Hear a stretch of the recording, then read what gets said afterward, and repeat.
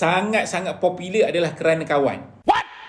Cikgu, anak saya dah semester 2 STPM tapi berhenti nak masuk TVET sebab tak boleh bawa.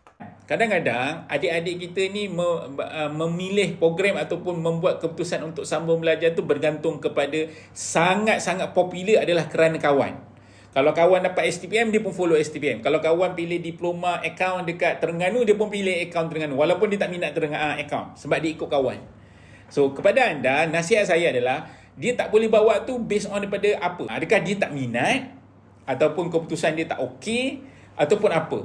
Sebab kalau anda buat keputusan berhenti terus disebabkan anda sambung TVET, adakah dekat TVET tu nanti anak anda akan terus boleh bawa? Potensi untuk dia nak berhenti pun akan tinggi juga kalau dia akan ada sama ke situasi dengan STPM.